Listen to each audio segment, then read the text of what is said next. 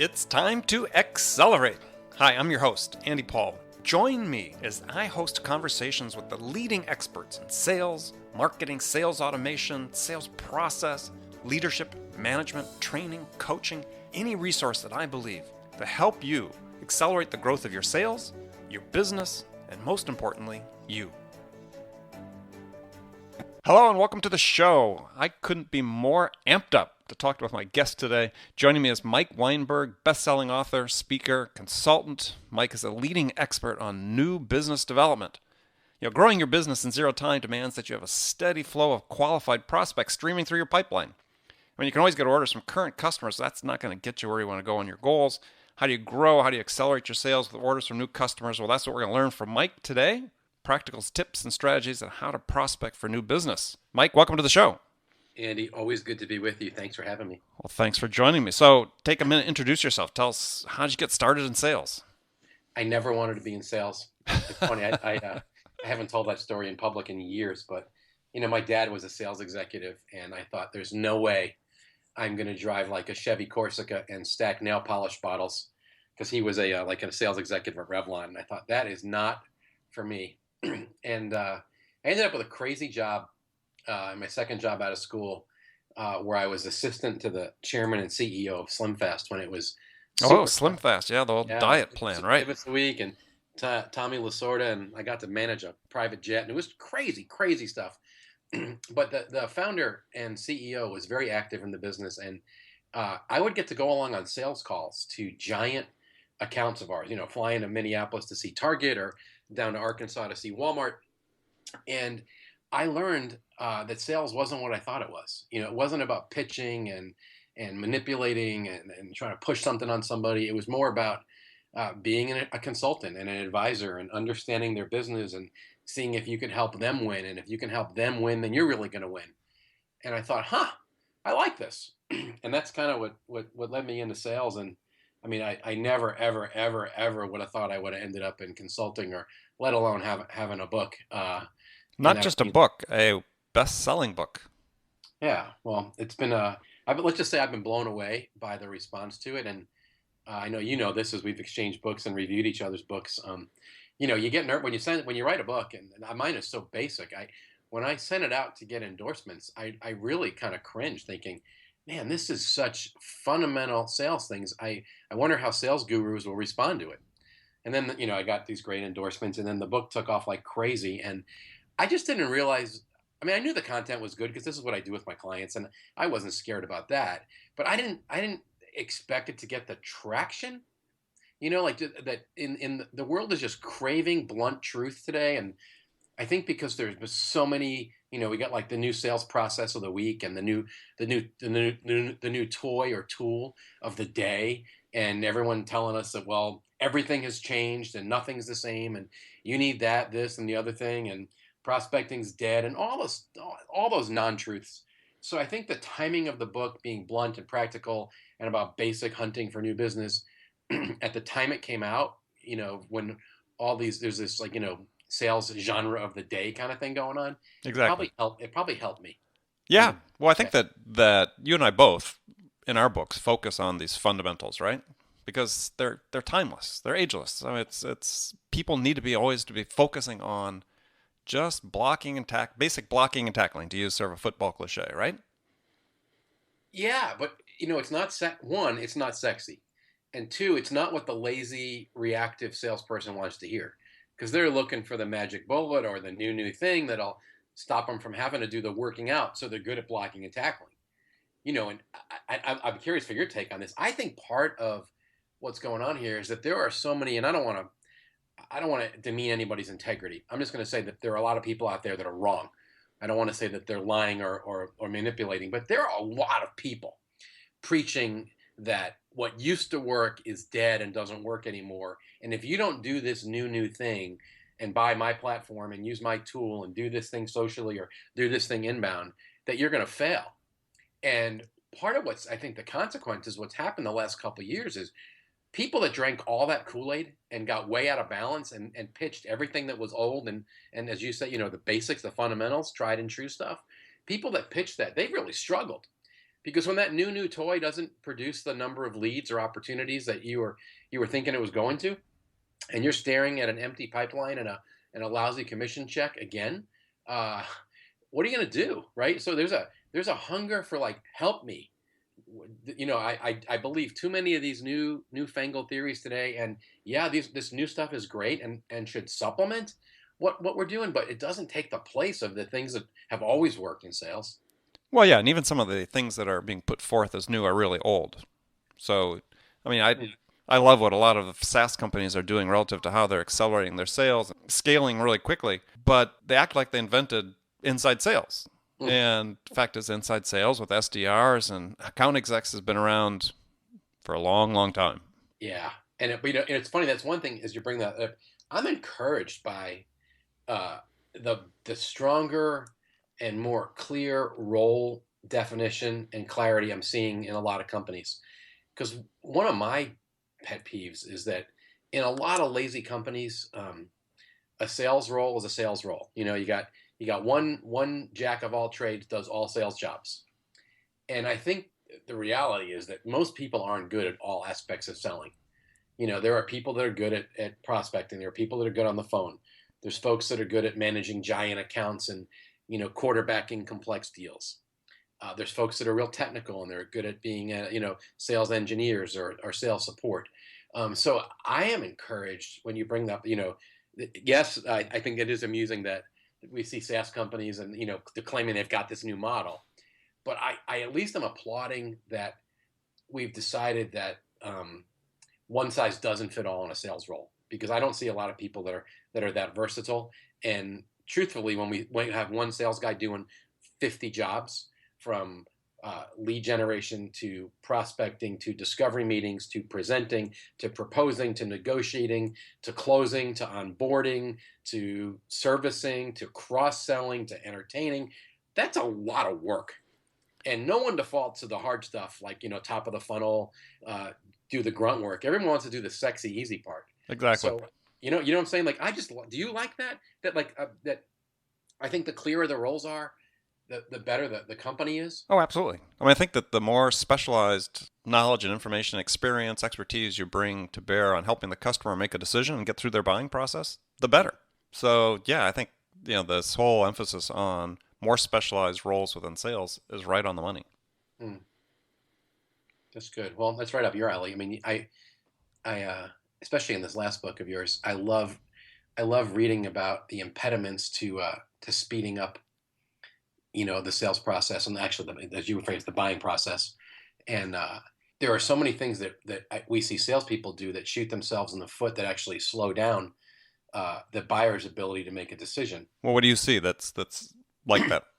I'll give you one of my personal biggies right now, because I'm seeing it across several clients. Premature uh, demos and premature proposals. And I think, especially in the tech space, and you have a lot more experience in the tech world than I do, but in my limited exposure in the handful of companies I've worked with, there seems to be this race to the demo. And the customer has kind of trained everybody that they want to see the demo fast, that they don't have a lot of patience, especially if they were a lead, Mm-hmm. and they signed up and they raised their hand and said, "Hey, we want to see what you got. You've done your inbound marketing. You've drawn us in. Now show us your deal." A lot of those customers, they're not really.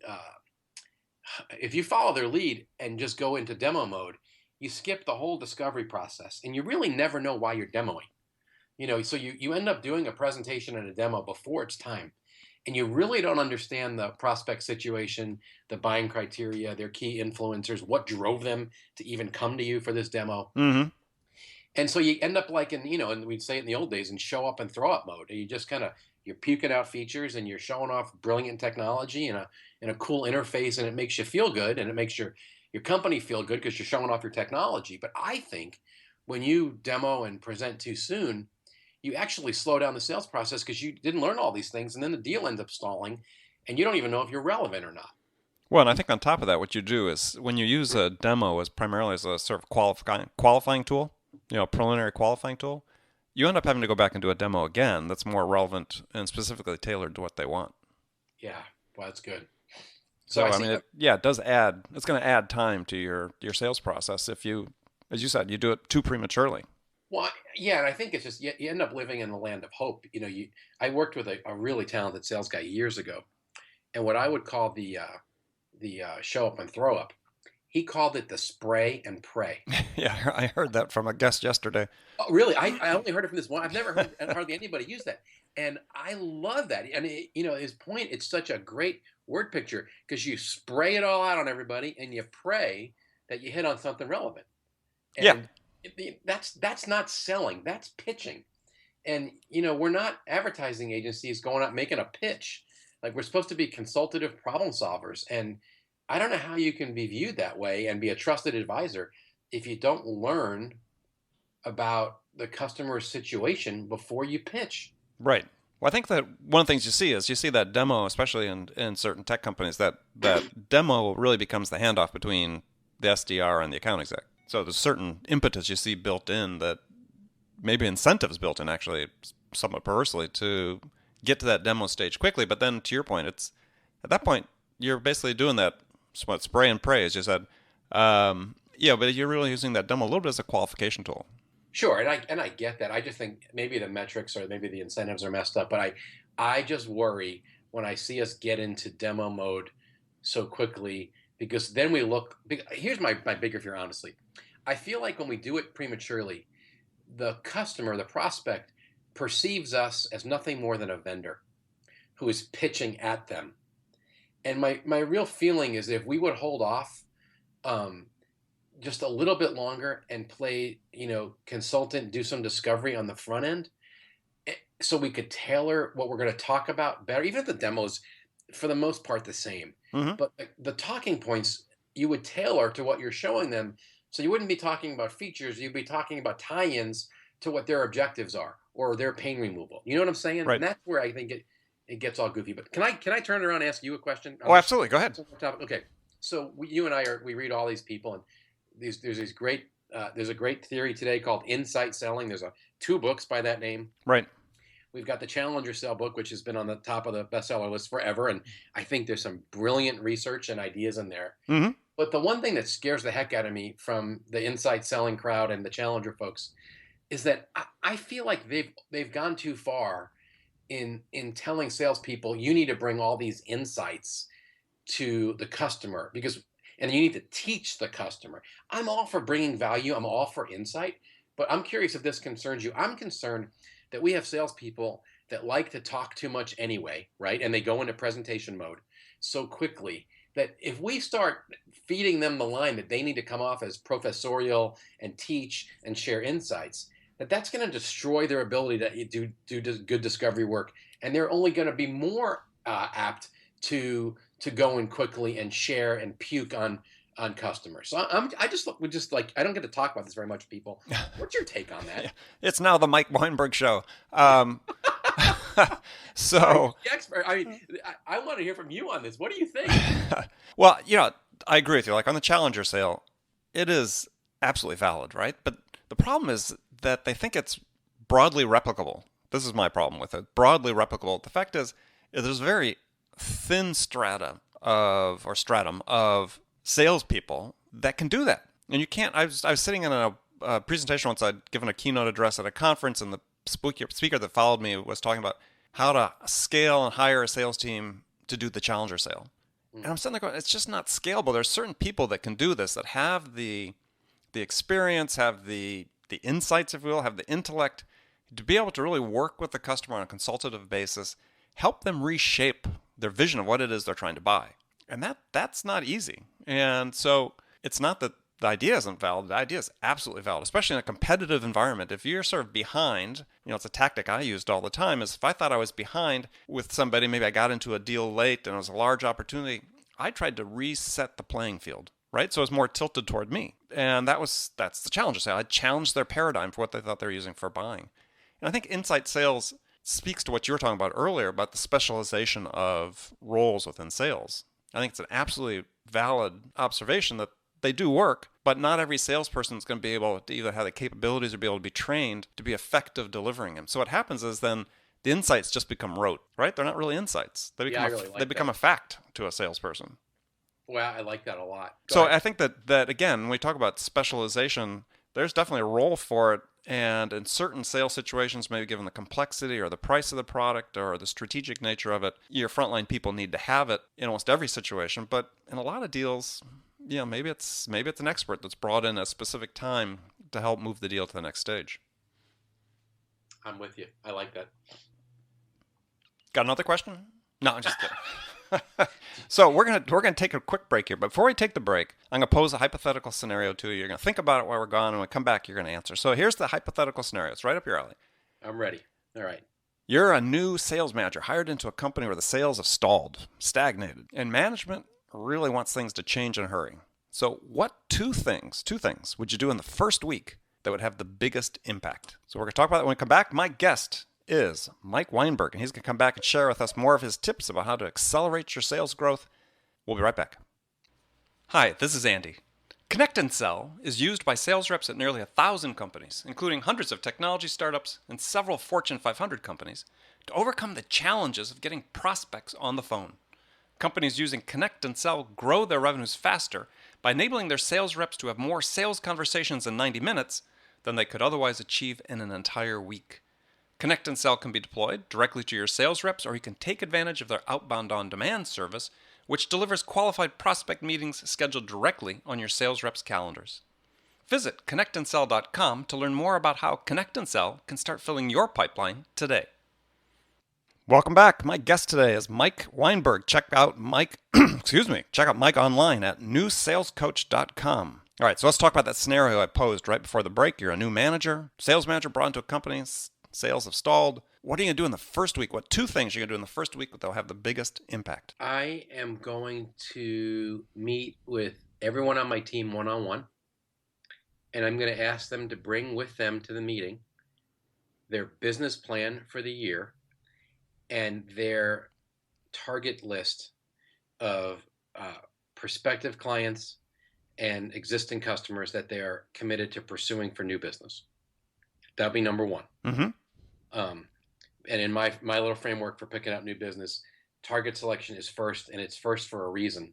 It's a very rare chance to be strategic, and I'd want to see everyone on that team's own view of their job. And if they didn't have a business plan in writing, shame on my predecessor in this position. We would be writing business plans very quickly that address very specific goals and strategies we'd put in place to attack those goals and actions we would be committing to, et cetera. And I won't unpack the whole plan, but sure. But individual sales plans, sales action plans for each individual sales plan. And the addendum that would be attached to that plan is I need your strategic, finite list of accounts that you commit to pursuing, because I never see a successful sales attack when there isn't clarity and focus. And the first place we got to get clarity and focus is who are we going after? Exactly. And Andy, I'll just add this. When I go in a company and everyone's in reactive mode, and they're struggling, a lot of the time when they live in reactive mode and they're waiting for a lead, or they're farming whatever business they have, you don't really need a good list. You just kind of pursue what comes your way. But the moment you decide we're going to go hunting, we're going to look for new business, and we're going to go on the attack, the natural first question is, okay, well, what are we hunting for and where are we going to go? So that's thing one. I want to make sure everyone's got a list that we agree is the right list, like some thinking goes into it. We're going to go down a path of high likelihood of success. Right. So that was my number one thing. My number two thing is I would monitor the percent of time that my sales team actually spent selling. And this is I joke about this here and there with clients, but this is really my dirty little secret as a consultant. The number one cause I find in almost every company of why they don't pick up more new business is really simple. It's not the story. It's not the sales process. It's not the wrong talent. It's that the people that are supposed to be selling spend very little time actually trying to sell new business. Mm-hmm. They get all caught up in their underwear. They're doing everything else but trying to find business. They manage. They look for customer service fires. They get on the safety committee. They socialize. They bring donuts to their favorite customers. They'll do anything but the hard work of hunting. So honestly, what I would, next to making sure they have a great strategic list of target accounts to work, whether those be growable customers or prospective customers that don't buy from us yet, the second thing I want to do is that a larger percent of their time was dedicated to hunting for business.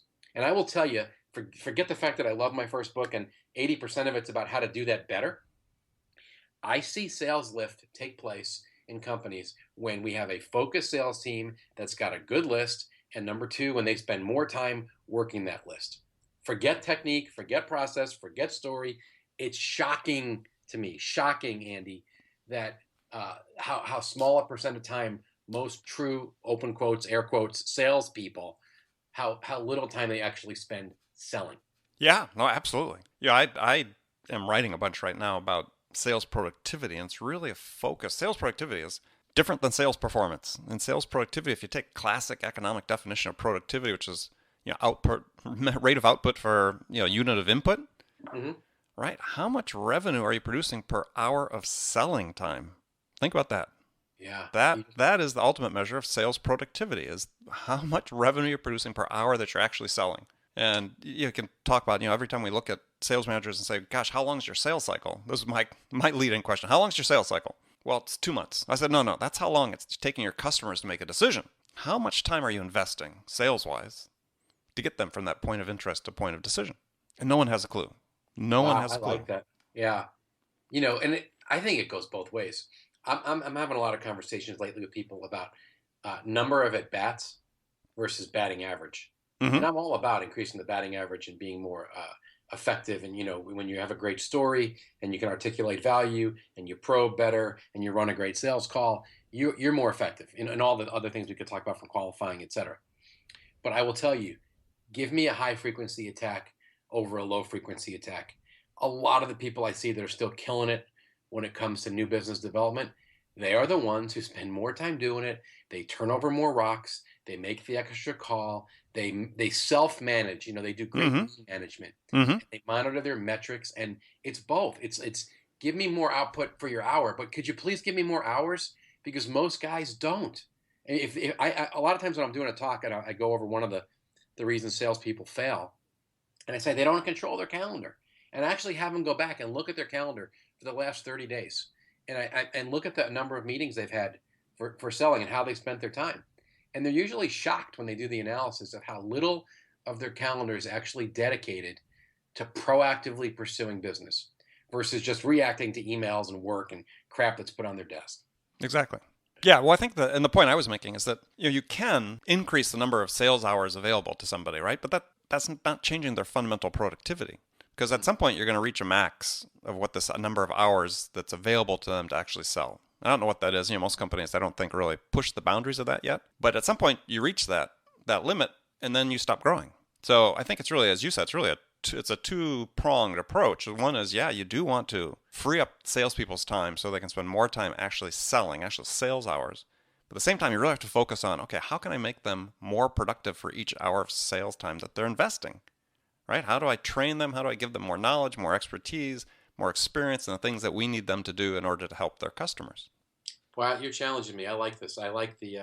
I'm going to go read more of your recent writings on productivity, just because Well, I like the way you're framing it from a yield, almost from a yield, true economic manufacturing yeah, perspective. That there's an output reality here we got to look at versus the input. right. Yeah, I'll send you some stuff. Do And we'll that. make it available to the audience in the month of October, 2015. There'll be some stuff coming out that they can look at. All right. Awesome. Excellent. So I've got some rapid fire questions I'm going to ask you here, Uh-oh. and you can you can give one word answers. You can elaborate. Really up to you. All right. I Are you just want ready? to remind Andy. I'm just reminding you that I went to New York public schools, so I may take a second to process this rapid fire. Yeah. There's no spelling or math involved. Okay, that's helpful. Okay. So first one. What's the most powerful sales tool in your arsenal? For selling my own business, when I'm selling what I'm doing, Yes. I hate to give this answer because it goes contrary to what I coach people that are not consultants.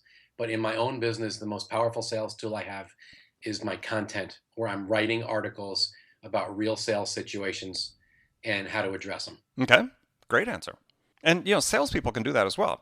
Salespeople can create an image of who they are and a perception of who they are based on having their own platform. It could be just tweets that they share, or Yep. articles they share on their social platform that prospective customers see. Totally. I agree with you. I won't get into a long conversation with you on this because you want to go rapid fire. But my one fear is that salespeople that start to do that, some of them get so lost in the content creation that they forget they're supposed to sell. Well, I'm just talking about sharing, right? Sharing. Well, that's sharing is different than writing. Yeah, There's a lot of just guys, sharing. a lot of guys in the social selling space that are preaching, I want salespeople to write content. And I'm like, whoa. No, I just want them to share relevant content to their customers. Okay. Amen to that. Okay, so name one tool you use today for your sales or sales management that you can't live without. My personal virtual assistant. What's their name? Her name is Mary, and she works for a company called EA Help, which has been a phenomenal partner for me the last couple of years in my business. My head would explode without my executive assistant. And she's not even in the same city as me, but she's in my inbox, and she's helping with travel planning and communications. And I couldn't do what I do without her. Okay. So she's invaluable to me. Excellent. That's eahelp.com? Yes. We'll give them a plug, eahelp.com. Good people. Good Next people. question. I've gotten for their management team, and they've really run a first-class operation there. All right, here's a hard one for you. Who's your sales role model? Probably my dad. My dad was a successful salesperson. I only saw him as a sales manager as a kid. And he just taught me great stuff when I was young about working with the customer, not pitching at the customer, that your job is to help the customer win. If you help them win, you're going to win. He just really understood communication and making it about the customer. Excellent. All right, last question. Favorite music to listen to psych yourself up for a sales call? My music collection is so bizarre, eclectic, from Celtic stuff to Flo Rida to worship songs. Like you would think I had a personality disorder if you saw my playlist. I don't even know how to answer that question. Well, choose one. I can't. Honestly, I don't have a favorite. It varies. I mean, it's usually some type of 80s mix. It's Def Leppard. All right. That's good. My go-to stuff is like 80s. Got it. 80s hair metal. Hair metal or slightly softer. That's great. Well, good. So I want to thank you for joining me today. My guest has been Mike Weinberg, author of the best-selling book, New Sales, Simplified. Mike, tell folks how they can find out more about you. Yeah, first, Andy, thanks for having me. You always energize me and challenge me. So fun to talk to you and share with your audience. You can find out more about me. I'm pretty darn active on Twitter, and my Twitter handle is Mike_Weinberg, WEINBERG, Mike_Weinberg. And my website and my blog is newsalescoach.com. Great. Now, Mike's going to be back with us before too long on an upcoming episode to talk about his new book that's coming out, which we're all very excited about. And be sure to subscribe to his podcast if you want to make sure not to miss that episode. So remember, make it a part of your day, every day, to deliberately learn something new to help you accelerate your sales. And I hope we helped you with that today. Until next time, this is Andy Paul. Good selling, everyone. Thanks for listening to the show. If you like what you heard and want to make sure you don't miss any upcoming episodes, please subscribe to this podcast on iTunes or Stitcher.com. For more information about today's guest, visit my website at andypaul.com.